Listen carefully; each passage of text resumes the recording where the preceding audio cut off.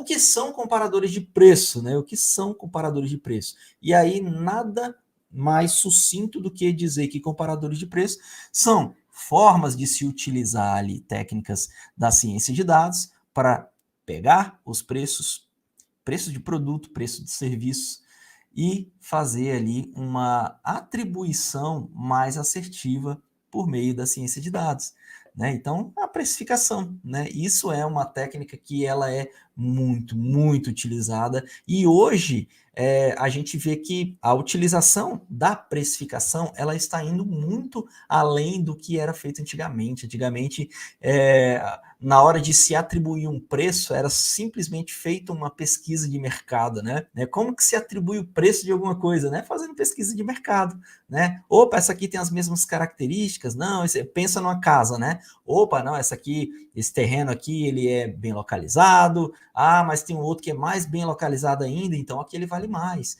Ah, mas essa área aqui tem uma política de segurança um pouco melhor do que a outra. Ah, não, então essa aqui vale mais. E por aí vai. Nada melhor do que você fazer a própria comparação. Só que nós hoje estamos vivendo uma abundância de dados tão grande que, cara, como que eu faço uma estrutura de precificação considerando essa quantidade gigantesca de informações, de dados, né, que a gente tem com relação a um produto qualquer, a um serviço específico, utilizando a nossa querida ciência de dados. Então, isso é uma coisa muito normal hoje em dia, a utilização de algoritmos, de machine learning para fazer essa parada, tá bom?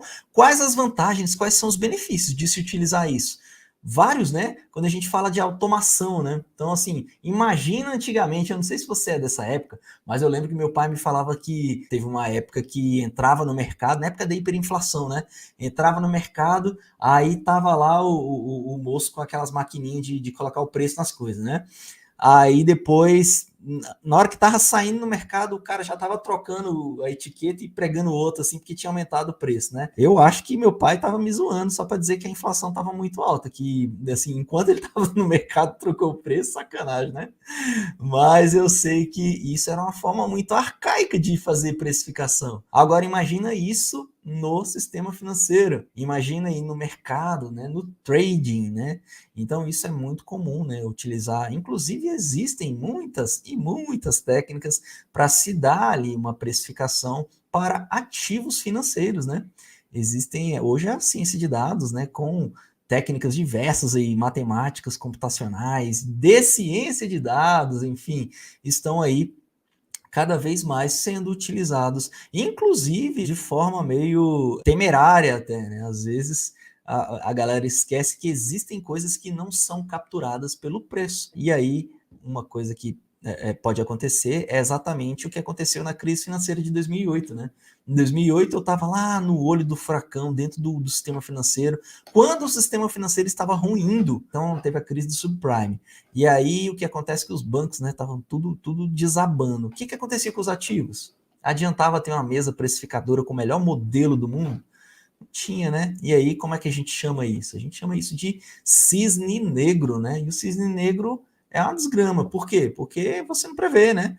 É a ponta imprevisível da parada aí que não é capturada aí pelos modelos, beleza? Pelas máquinas preditivas. É preciso alertar, tá bom? Porque eu acho meio temerário dizer que é simplesmente utilizar machine learning e você vai lá e vai fazer aí um modelo para ter ganhos financeiros. Cara, isso aqui tem que considerar N fatores, e eu falo para você que eu exploro isso de uma forma bem grandiosa aqui no cenário em que a gente vive. Eu estou envolvido no ambiente de startups, eu estou envolvido em vários lugares, e eu não conheço um que ainda seja o vitorioso, né? É claro, não existe. Se existisse, o cara já era dono do planeta, né? Fala sério. Tamo junto, CD Pro. Beleza? Isso estava guardado as 7 chaves, né? Se essa parada existisse. Se fosse boa, estava guardado as 7 chaves. Né não? Por quê? Porque se descobrisse como ele funciona, aí acabou, né? Por quê? Porque o outro ia tentar fazer um outro melhor e assim ia ficar aquela guerra, né? Então, enfim, isso é só uma forma para você se alertar aí. Agora, beleza, Eduardo, eu entendi esse exemplo de precificador, né? Mas, cara, será que tem uma forma, então, que não seja essa financeira, que pode ser um pouco danosa? Tem CD Pro, tem. E eu queria compartilhar alguns aqui. Por quê? Porque quando você entra no mundo, ainda que seja um mundo financeiro, um mundo do valor em si, você fazer uma predição de algum tipo de comportamento para embasar a sua tomada de decisão, isso é muito importante, isso vai te ajudar. Agora, isso só pode ser um dos argumentos que você vai utilizar para tomar a decisão, né? Que é exatamente o oposto do que acontece quando a galera utiliza isso aí simplesmente para fazer trading, né?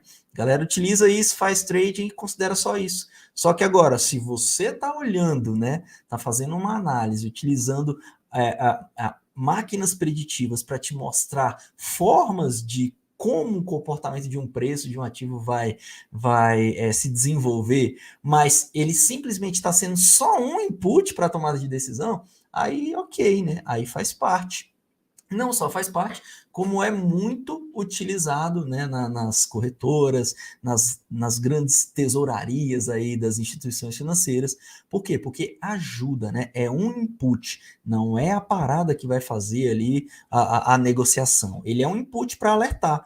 Me dá um exemplo, Eduardo, porque ficou meio confuso, eu nunca trabalhei com isso, né? Eu nunca tive aí no mercado financeiro, eu não faço a mínima ideia do que está rolando. Eu vou te dar um exemplo. Pensa aí no mercado de commodity, tá bom? Commodity existem sazonalidades. Faz sentido ou não faz? Pensa aí no suco de laranja, né? Suco de laranja é colocado como commodity, né? Tá, mas para não confundir tua cabeça, pensa no trigo, no trigo.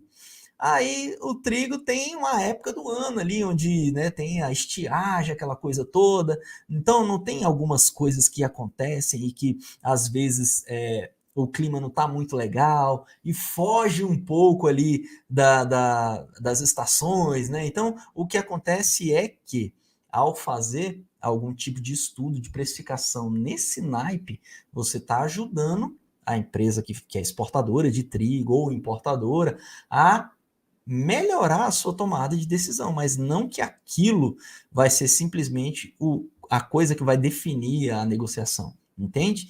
E isso aí sim é muito importante. Olha, a gente está olhando aqui na série de histórica de preços que geralmente dezembro a galera não compra muito trigo. Por quê? Porque, ou melhor, compra muito trigo. Por quê? Porque tem final de ano, tem aquela coisa de panetone no final do ano e tal.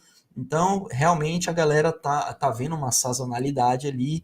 O trigo realmente ele é muito utilizado no fim do ano. Então, acho que faz sentido a gente fazer um estoque maior aqui, porque para no futuro a gente conseguir entregar o nosso produto. Então, ó, desse jeito eu acredito que é uma parada que eu acho que funciona, tá bom?